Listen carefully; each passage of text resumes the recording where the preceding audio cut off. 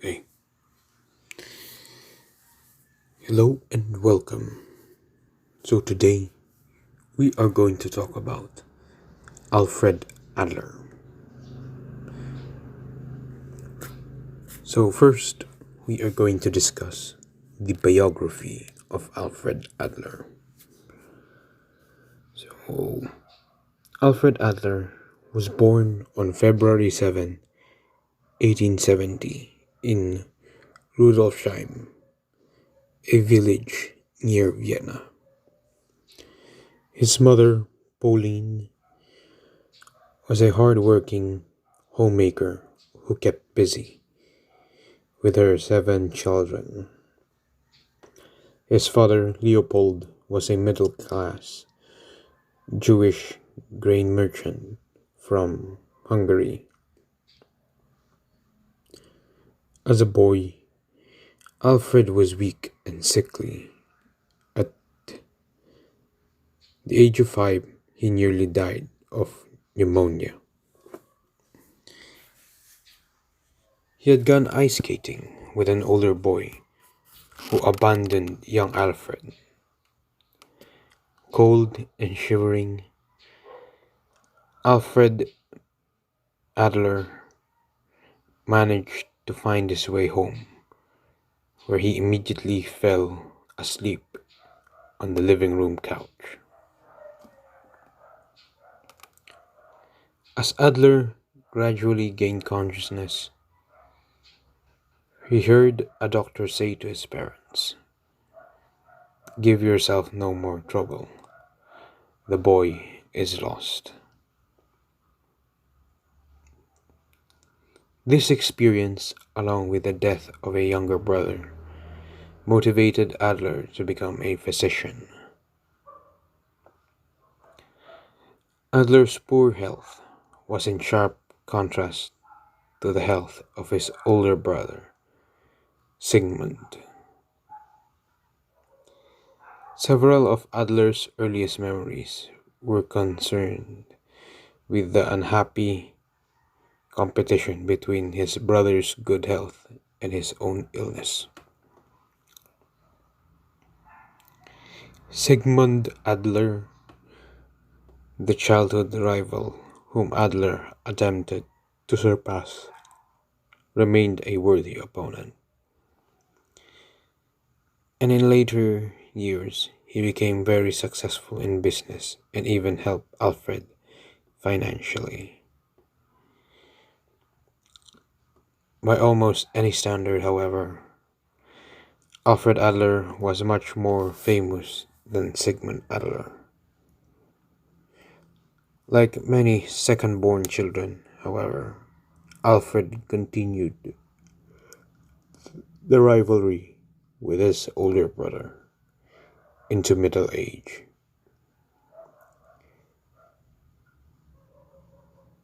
He once told one of his biographers, "My eldest brother is a good, industrious fellow. He was always ahead of me, and he is still ahead of me."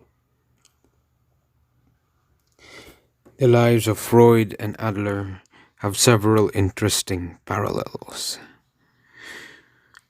Although both men came from middle or lower middle class Viennese Jewish parents, neither was devotedly religious. However, Freud was much more conscious of his Jewishness than was Adler, and often believed himself to be persecuted because of his Jewish background. On the other hand, Adler never claimed to have been mistreated, and in 1904, while still a member of Freud's inner circle, he converted to Protestantism. Despite this conversion, he held no deep religious convictions. In fact, one of his biographers, Ratner, 1983 regarded him as an agnostic. Like Freud, Adler had a younger brother who died in infancy. This early acceptance or experience profoundly affected both men, but in vastly different ways. Freud, by his own account, had wished unconsciously for the death of his rival, and when the infant Julius did, in fact, die, Freud was filled with guilt and self reproach, conditions that continued into his adulthood.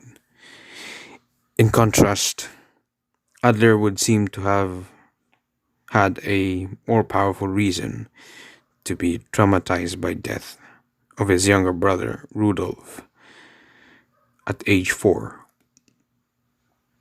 Adler awoke one morning to find Rudolf dead in the bed next to his.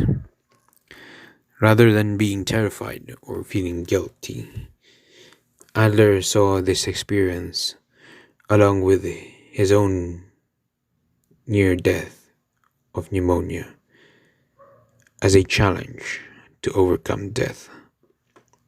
Thus, at age 5, he decided that his goal in life would be to conquer death. Because medicine offered some chance to forestall death, Adler decided at that early age to become a physician. Although Freud was surrounded by a large family, including 7 younger brothers and sisters, 2 grown half brothers, and a nephew and niece about his age, he felt more emotionally attached to his parents, especially his mother, than to these other family members. In contrast, Adler was more interested in social relationships, and his siblings and peers played a pivotal role in his childhood development. Personality differences between Freud and Adler continued throughout adulthood, with Freud preferring intense one-to-one relationships and Adler feeling more comfortable in group situations. These personality differences were also reflected in their professional organizations. Freud's Vienna Psychoanalytic Society and International Psychoanalytic Association were highly structured in pyramid fashion, with an inner circle of 6 of Freud's trusted friends forming a kind of oligarchy at the top. Adler, by comparison, was more democratic, often meeting with colleagues and friends in Vienna coffee houses, where they played the piano and sang songs. Adler's Society for Individual Psychology, in fact, suffered from a loose organization, and Adler had a relaxed attitude toward business details that did not enhance his movement. So, Adler attended elementary school with neither difficulty nor distinction. However, when he entered the gymnasium in preparation for medical school, he did so poorly that his father threatened to remove him from school and apprentice him to a shoemaker. As a medical student, he once again completed work with no special, probably because his interest in patient care conflicted with his professor's interest in precise diagnosis. When he received his medical degree near the end of 1895, he had realized his childhood goal of becoming a physician.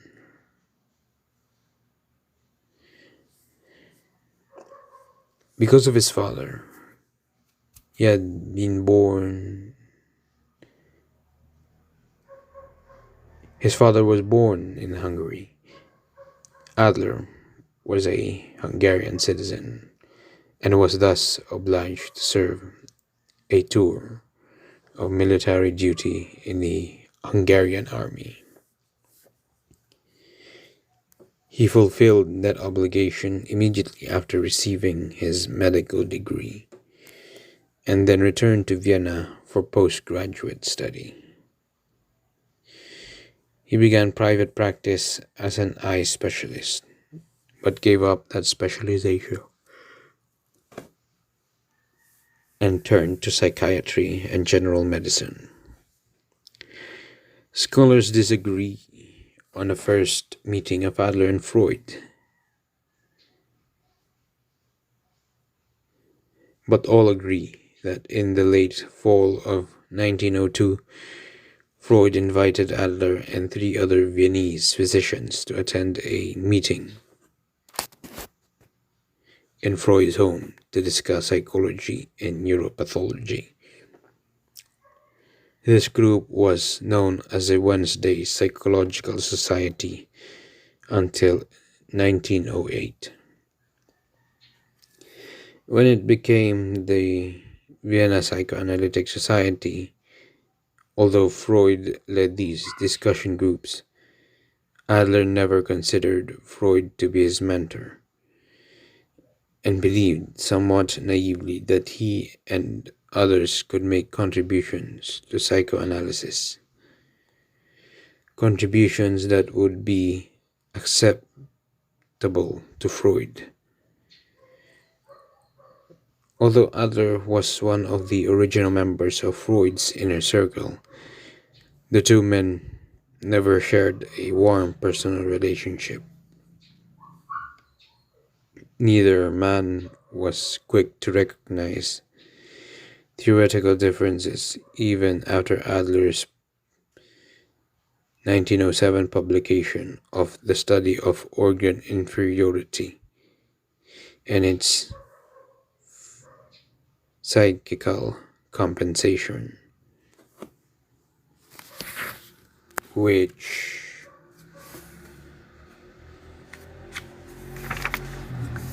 assumed that physical deficiencies, not sex, formed the foundation for human motivation.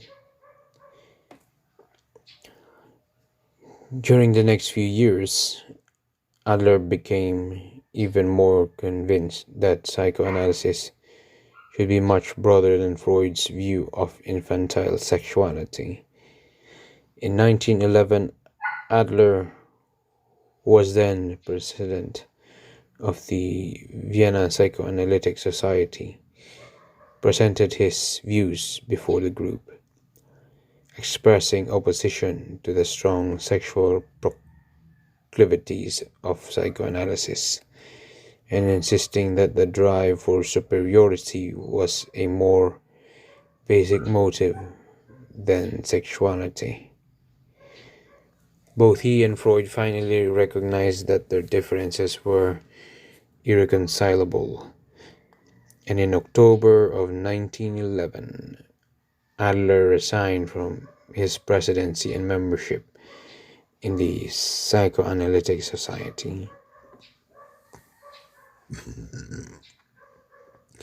Along with 9 other former members of the Freudian Circle, he formed the Society of Free Psychoanalytic Study, a name that irritated Freud, with its implication that Freudian psychoanalysis was opposed to a free expression of ideas.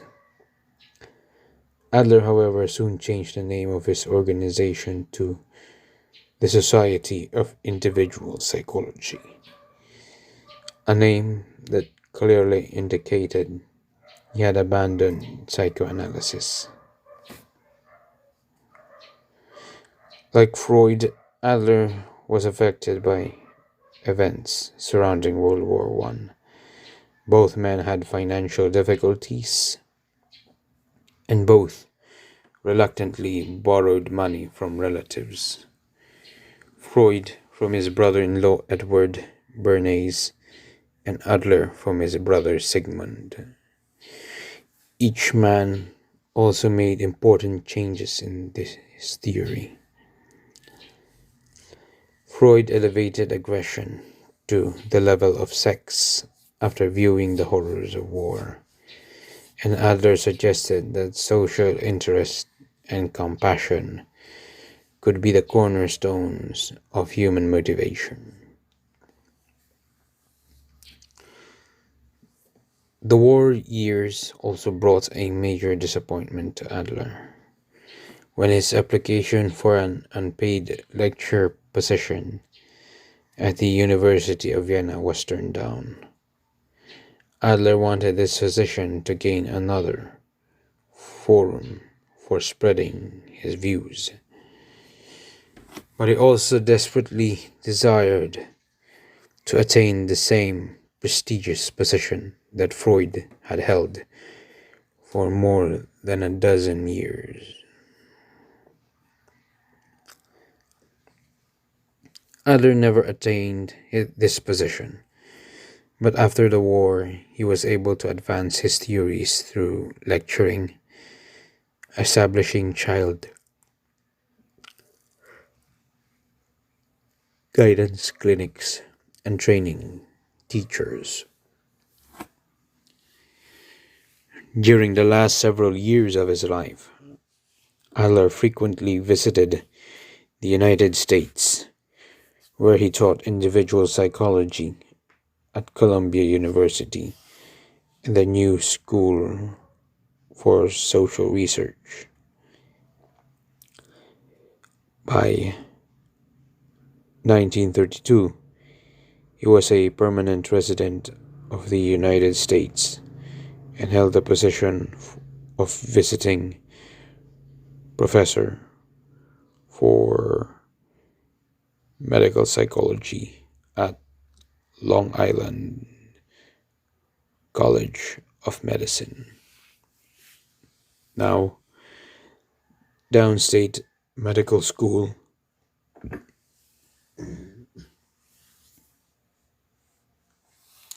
State University of New York.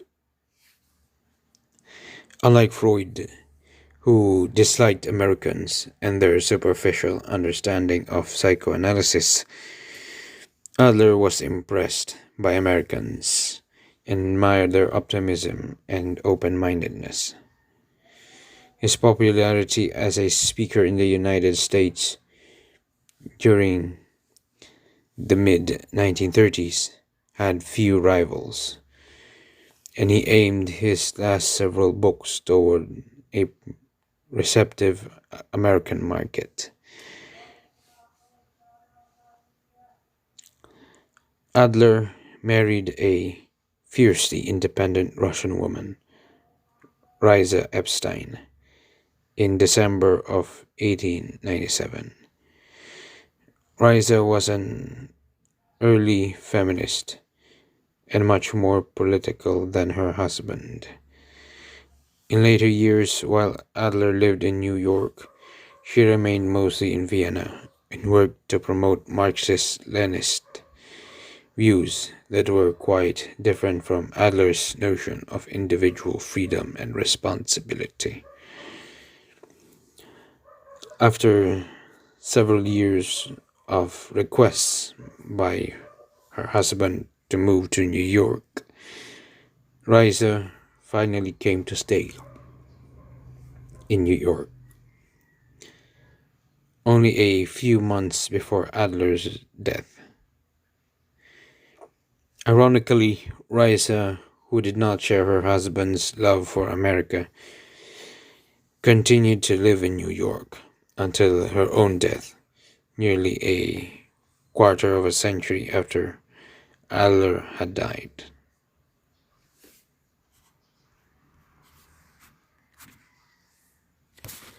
Riza and Adler had 4 children: Alexandra and Kurt, who became psychiatrists and continued their father's work, Valentine Valley, who died as a political prisoner of the Soviet Union in about 1942, and Cornelia, also known Nellie, who aspired to be an actress. Adler's favorite relaxation was music, but he also maintained an active interest in art and literature. In his work, he often borrowed examples from fairy tales, the Bible, Shakespeare, Goethe, and a numerous other literary works. He identified himself closely with a common person, and his manner and appearance were consistent with that identification. His patients included a high percentage of people from the lower and middle classes, a rarity among psychiatrists of his time. His personal qualities included an optimistic attitude toward the human condition, an intense competitiveness coupled with friendly collegiality,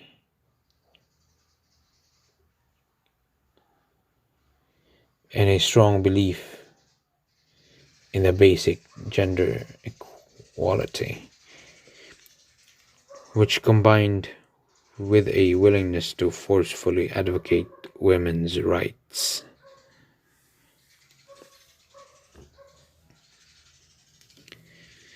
From middle childhood until after his 67th birthday, Adler enjoyed robust health.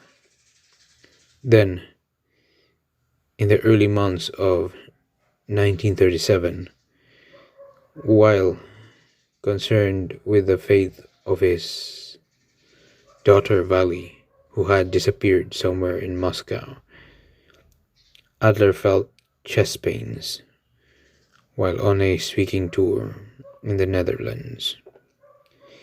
Ignoring the doctor's advice to rest, he continued on to Aberdeen, Scotland, where on May 28, 1937, he died of a heart attack.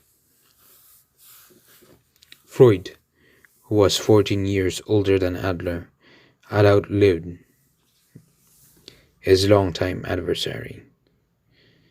On hearing of Adler's death, Freud sarcastically remarked, "For a Jewish boy out of a Viennese suburb, a death in Aberdeen is an unheard of career in itself, and a proof of how far he had gone on. The world really rewarded him richly for his service in having contradicted psychoanalysis." So that is the biography of Alfred Adler. Thank you.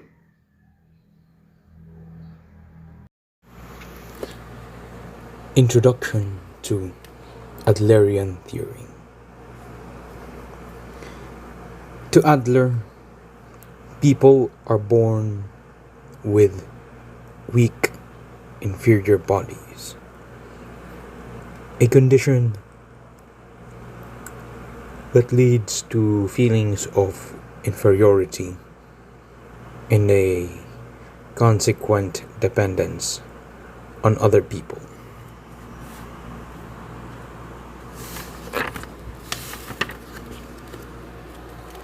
So, in individual psychology, we have the striving for success or superiority, in which There we have striving for the final goal, striving for compensation, striving for personal superiority, and striving for success.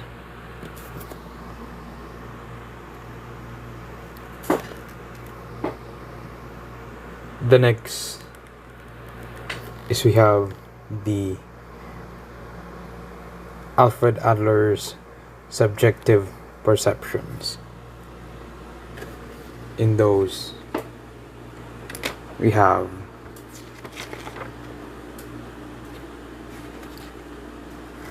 fictionalism,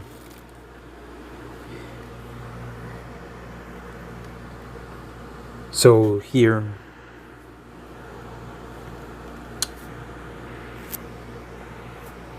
in fictionalism, our most important fiction is the goal of superiority or success, a goal we created in early life and may not clearly understand. This subjective fictional final goal guides our style of life, gives unity to our personality. Adler's ideas on fictionalism originated with Hans Weihinger's book, The Philosophy of As If.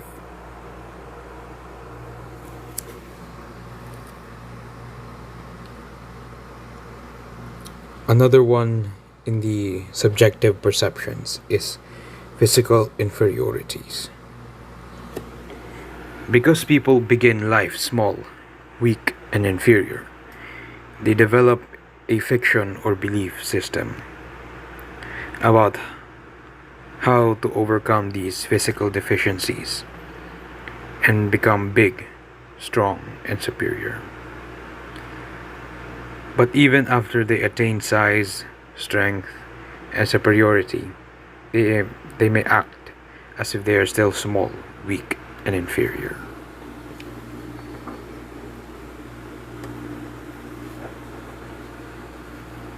So the third tenet of Adlerian theory is the unity and self-consistency of personality. Here, Adler wished to stress his belief that each person is unique and indivisible.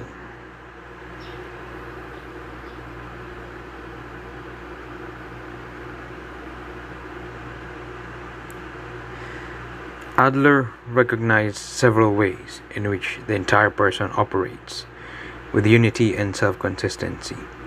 The first of these he called organ jargon or organ dialect. So, organ dialect, according to Adler, the whole person strives in a self-consistent fashion toward a single goal, and all separate actions and functions can be understood only as parts of this goal.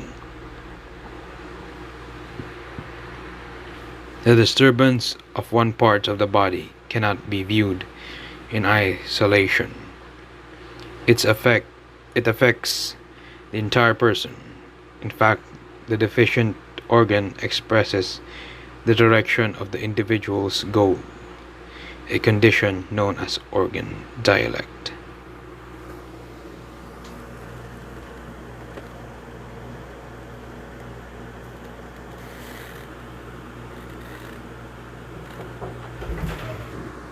Second, we have the conscious and unconscious. A second example of a unified personality is the harmony between conscious and unconscious actions. Adler defined the unconscious as the part of the goal that is neither clearly formulated nor completely understood by the individual. With this definition, Adler avoided a dichotomy between the unconscious and the conscious, which he saw as two cooperating parts of the same unified system. Conscious thoughts are those that are understood and regarded by the individual as helpful in striving for success, whereas unconscious thoughts are those that are not helpful.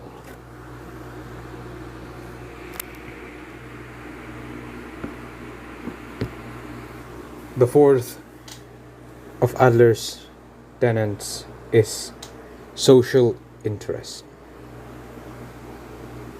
So, social interest is Adler's somewhat misleading translation of his original German term,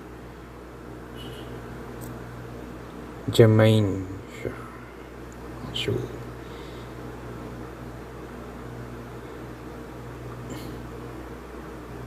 A better translation might be social feeling or community feeling.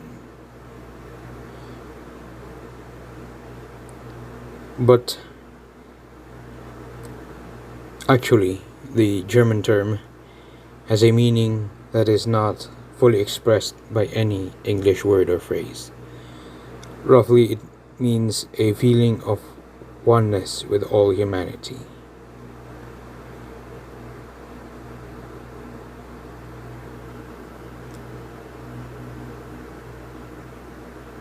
A person with well-developed social feeling or community feeling strives not for personal superiority, but for perfection of all people in an ideal community. So, social interest can be defined as an attitude of relatedness with humanity in general, as well as an empathy for each member of the human community. So the fifth tenet of Adlerian theory is the style of life. Style of life is a term Adler used to refer to the flavor of a person's life. It includes a person's goal, self-concept, feelings for others, and attitude toward the world. A person's style of life is fairly well established by age 4 or 5. After that time, all our actions revolve around our unified style of life. Although the final goal is singular, style of life need not be narrow or rigid.